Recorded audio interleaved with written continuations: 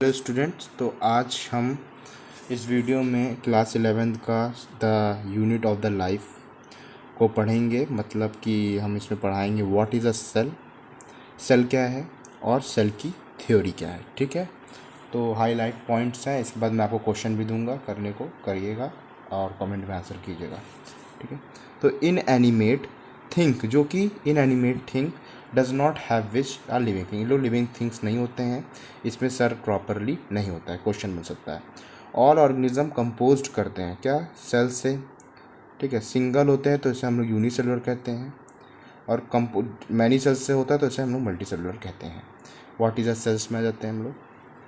ठीक है, तो unicellular organism are capable independent existence and perform initial function of the life, इससे question बनता है।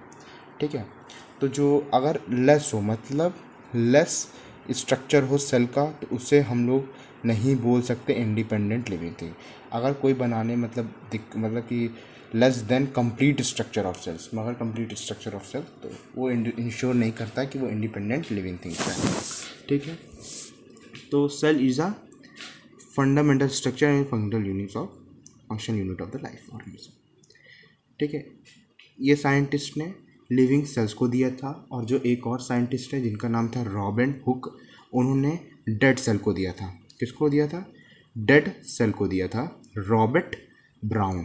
ठीक है, रॉबर्ट ब्राउन ने, उसको हम लोग आज की डेट पे जानते हैं सेल वॉल, उसको हम लोग सेल वॉल के नाम से जानते हैं। ठीक, और रॉबर्ट ब्राउन ने डिस्कवर किया था न्यूक्लियस, और इससे भी आता था इन्वेंशन ऑफ माइक्रोस्कोप, इम्प्रूव कर दिया गया इलेक्ट्रॉन माइक्रोस्कोप के एलिमेंट में। ठीक है, 1838 में ये साइंटिस्ट आए जो कि जर्मन बॉटनिस्ट थे, जो कि उन्होंने प्लांट टिश्यू के बारे में किया था, जो कि ऑल प्लांट जो होते हैं वो कंपोज होते हैं different different kind of cells, और जो कि which is form tissue of the plants. उसी टाइम में अपने आए थे ये साइंटिस्ट सेजवान। ठीक है, जो कि ब्रिटिश जियोलॉजी थे, और इसमें क्वेश्चन एक बहुत फेमस बनता है कि ब्रिटिश जो कि जियोलॉजिस्ट थे, इन्होंने एनिमल सेल्स के बारे में भी किया था, और किसके बारे में किया था, और प्लांट सेल्स के बारे में भी किया था। तो इन्होंने बताया था एनिमल सेल्स में कि जो animal cell have a thin outer membrane, जिसको हम लोग टुडे नाम जानते हैं प्लाज्मा मेम्ब्रेन में, और प्लांट में बताया था, प्लांट में इन्होंने स्टडी की थी कि जो प्लांट में जो प्रेजेंट है सेल वॉल, ये यूनिक कैरेक्टर ऑफ प्लांट है। ठीक है, फिर उन्होंने ऑन द बेसिस, फिर इन्होंने हाइपोथेसिस दी कि जो body animals plant are compose cells and product of cells. फिर इन दोनों की साइंटिस्ट की फॉर्मुलेट किया और सेल थ्योरी दे दिया गया। ठीक है, इन्होंने हाइपोथेसिस की थी। ठीक है, और फिर इस दिस थ्योरी में इसका यही ड्रॉबैक्स थे, इसके भी क्वेश्चन आंसर, ड्रॉबैक क्या है इसके। तो इन्होंने ये नहीं बताया था कि न्यू सेल्स कहाँ से फॉर्म हो रही हैं।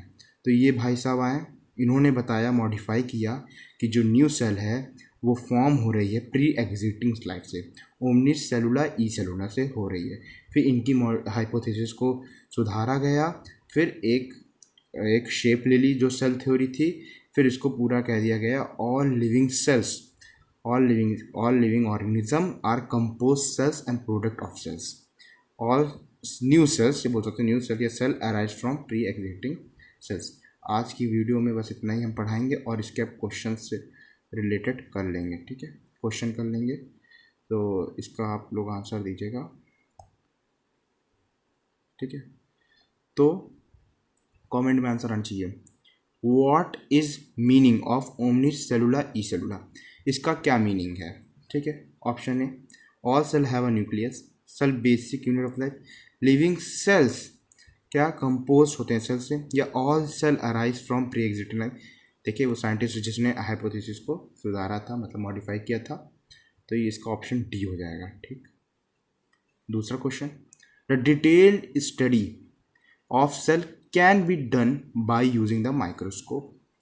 ठीक, तो सिंपल लाइट माइक्रोस्कोप, इन्होंने इलेक्ट्रॉन माइक्रोस्कोप होगा, क्योंकि लीडिंग किया था, मतलब इन्हें अच्छे से देखने के लिए, डिटेल स्ट्रक्चर के लिए इलेक्ट्रॉन माइक्रोस्कोप को डेवलप किया था। ठीक, who who proposed modification cell theory, क्या होगा ये? Robert Hooke. तो इसका बी ऑप्शन जाता है, अभी आपने पढ़ा था बॉडी को, और इन्होंने सेल थ्योरी दी थी और इनकी सेल थ्योरी इन्होंने सुधारी थी। ठीक, what is a following true? तो most of the organism have a single cell in their body. Robert Hooke the first person describe the living cells. हाँ, रॉबर्ट हुक ने क्या नहीं किया था, बोथ ये। तो इसमें से ट्रू कौन सा होगा? तो ए होगा। रॉबर्ट हुक ने डिस्क्राइब किया था, लिविंग सेल्स को नहीं किया था। हमने बोला था इन्होंने डेड सेल्स को किया था, इन्होंने डेड सेल्स को किया था। ठीक है, most of the organism have अ, ठीक है, इन्होंने रॉबर्ट हुक को किसने किया था? डेड सेल ने किया था। ठीक है, रॉबर्ट ब्राउन ने न्यूक्लियस की डिस्कवर किया था, लिविंग सेल्स को किसने? ठीक है, तो अब मैचिंग द फॉलोइंग है। ठीक है, तो हमको रॉबर्ट ब्राउन को पता है, जैसे हमको बी का पता है ना, तो कैसे करने हमें पता है। तो रॉबर्ट ब्राउन ने क्या किया था? न्यूक्लियस को खोज किया था, है ना। तो बी का थर्ड, तो बी का थर्ड यहाँ कोई है, देखिए 2 है। ठीक, तो मुझे इनका पता, हमने इसका पढ़ा है। ठीक है, जो कि प्रेजेंट ऑफ ये भी बताया था। डी का सेकेंड, डी का फर्स्ट होगा और डी का ये होगा, ठीक है, पहला ऑप्शन इज राइट ऑप्शन। ठीक है, फिर एक लास्ट क्वेश्चन, इनएनिमेट, मैंने बोला था क्वेश्चन बनेगा, इससे क्वेश्चन आया, ये क्वेश्चन आ सकते हैं, इसलिए वजह से मैंने किया। तो 1 सेल होता है, 2 सेल्स होता है, 1 या मल्टीप्लाई सेल्स होते हैं, या नो सेल्स होता है। तो इसका मैंने बताया था नो सेल होगा। ठीक है, तो देखिए हमने इतनी जल्दी कवर कर लिया इतना। इस तरह की वीडियो चाहिए तो चैनल को लाइक करिएगा। इस तरह के अब अगले पार्ट में हम कवर कर देंगे ओवरव्यू। ठीक है, इसको कवर कर देंगे ओवरव्यू ऑफ सेल। ठीक है, प्लीज़ वीडियो को लाइक करिएगा।